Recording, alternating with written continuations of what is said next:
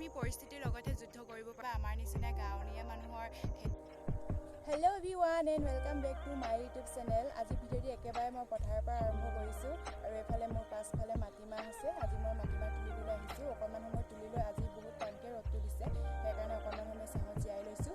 আপোনালোকে মোৰ ভিডিঅ'টি একেবাৰে শেষলৈকে চাই থাকিব। আৰু এইকেইটা দিন খুব বেছি খেতিৰ লগত জড়িত হৈ থাকিব লগা হৈছে, সেইকাৰণে বেলেগত গৈ বেলেগ ধৰণে ভিডিঅ' বনাব পৰা নাই।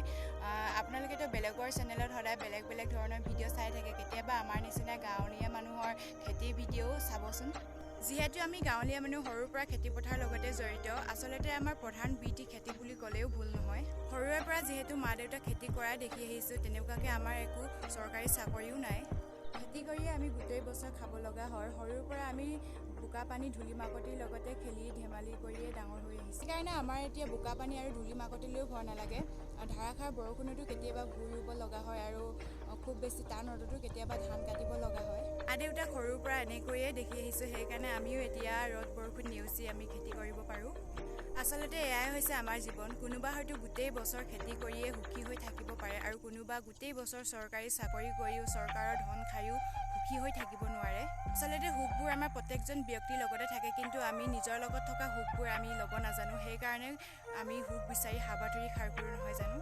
আৰু এই পৃথিৱীত যিয়ে একো স্বাৰ্থ নোহোৱাকৈ নিজক স্বাৰ্থ বলিদান দিব পাৰে, আচলতে তেওঁৰ লগতে প্ৰকৃত সুখ থাকে। আচলতে আমি নিজক সদায় ব্যস্ত ৰাখিবলৈ চেষ্টা কৰিব লাগে আমাৰ কিছুমান ভাল লগা কাম কৰি, তেতিয়া আমাৰ মন আৰু মগজু সদায় ভাল হৈ থাকে।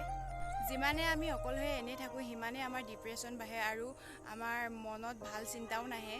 সদায় বেয়া চিন্তাবোৰে মনত বাহ লয়। সেইকাৰণে ময়ো আজিকালি নিজক সদায় যিমান পাৰোঁ ব্যস্ত ৰাখিবলৈ চেষ্টা কৰোঁ, যাতে মোৰ মনটো সদায় ভাল হৈ থাকে। পাৰোঁ নোৱাৰোঁ আচলতে পাছৰ কথা। মাহঁতে যি কাম কৰে সেই কামবোৰ লাহে লাহে হ'লেও কৰিবলৈ চেষ্টা কৰোঁ, যাতে মোৰ মনটো সদায় ভাল হৈ থাকে। আৰু আপোনালোকেও সদায় ব্যস্ত হৈ থাকিব, নিজৰ মনটো সদায় ভাল হৈ থাকিব তেতিয়া, আৰু বেয়া চিন্তাৰো মনত বাহ নলয় তেতিয়া।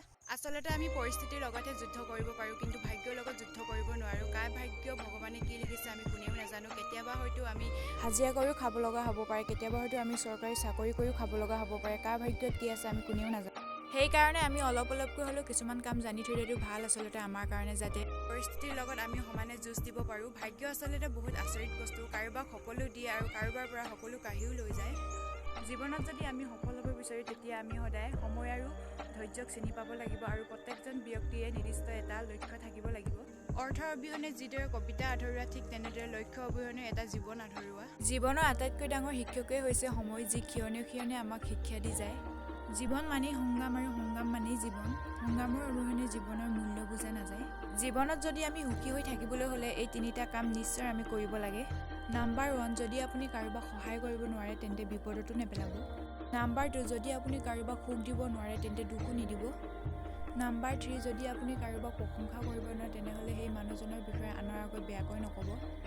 আমি জীৱনৰ সেইজন ব্যক্তি হ'বলৈ চেষ্টা কৰিব লাগে, যিয়ে নেকি আন্ধাৰৰ মাজত থাকিও জোনাক হৈ সদায় জিলিকি থাকিব পাৰে। আজি ৰ'দটো ইমান টানকৈ দিছে নহয়, একেবাৰে গৰম উঠি গৈছে। গৰমৰ দিন আহিলেগৈ আৰু লাহেকৈ। আৰু মই এফালে কেঁচা মাটিমাহ খাইছোঁ। মাহ তোলোতে মানে কেঁচা মাটিমাহ খাবলৈ খুব বেছি ভাল লাগে। মই এফালে খাই আছোঁ, আপোনালোকে চাই থাকিব।